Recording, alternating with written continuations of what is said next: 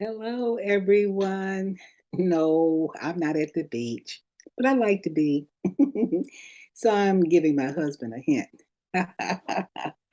But just like what you see here, you can be deceived by the lies of the enemy, Satan. Guys, this message is really for the ladies, but you can stay if you like. Now, ladies, this is not one of those to make you feel good messages, but it is one to make you think. Let me ask you first. Do you want a first class ticket to heaven or a free seat in the rear to hell? Back in the 70s and probably before, free love, smoking pot, and doing your own thing became the theme of the age for many. Make love, not war, was the chant of the masses. And the question of the era was, why get married when you can simply shack up? Satan got a ringside seat for this one because he knew it was going to go the distance. Morality was for squares or dweebs. There was a new in crowd and a new way of walking and a new way of talking in town. There was even a hit song talking about wanting sexual healing. Remember that?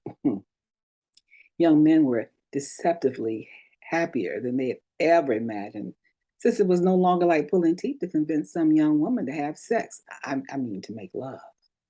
And in case you did hit upon a hard nosed, die-hard virgin, all you had to do was get her tipsy and you were halfway there. Today, that might be equated to date rape pills and a drink. Young women, on the other hand, were also deceptively happier than they'd ever imagined as they found a replacement for not being born beautiful and being the sexy cheerleader to get the attention of the guy of their dreams. All they had to do was demonstrate loose or low morals and a willing spirit, and bingo, he was telling her what she wanted to hear, at least for the moment, no matter how brief that moment might have been to simply satisfy his need. Oh, didn't I tell you earlier that Satan knew this trend would go the distance? Well, it did, and it has. We are now in the 21st century, and it is still going strong. I must admit, with every succeeding round in the fight ring of life, things are getting bloody, and the opponent is really nasty.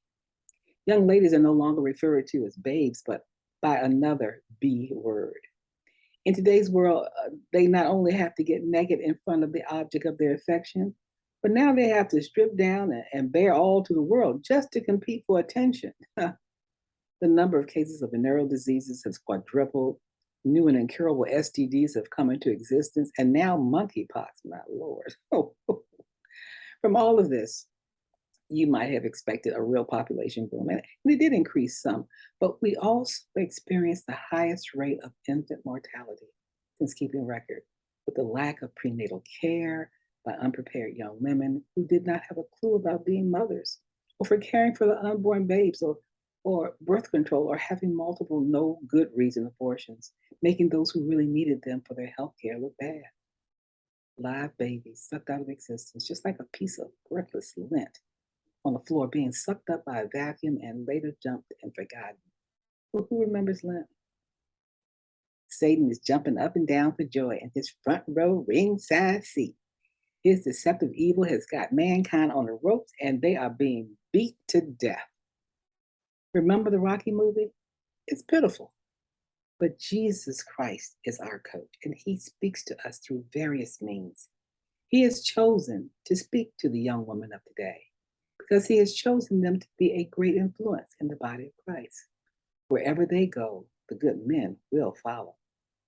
The women of today are offered a free ticket to paradise, and they would be foolish to turn it in.